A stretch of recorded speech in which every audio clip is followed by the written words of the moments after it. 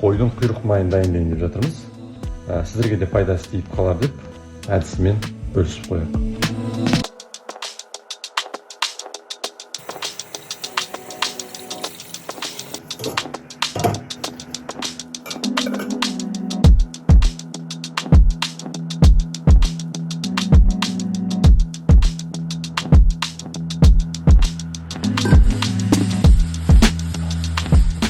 Майымыз қайнап жатыр, енді 15 минутта қайнатып, сорпасын төгіп тастаймыз көреді.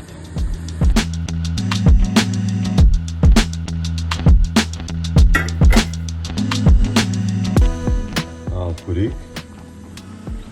Қайнап жатыр, енді осылай 40 минут қайнатамыз.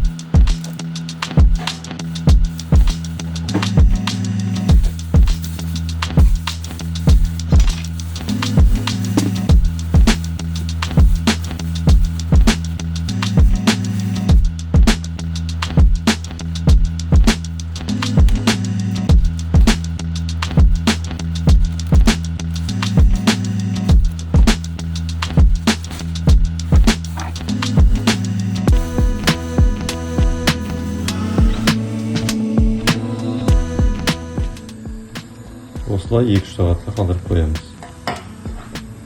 Ал енді құйрық майымыз дайын болды. Сіздер де осылай дайындап жүрсеңіздер болады, пайдасы тисін.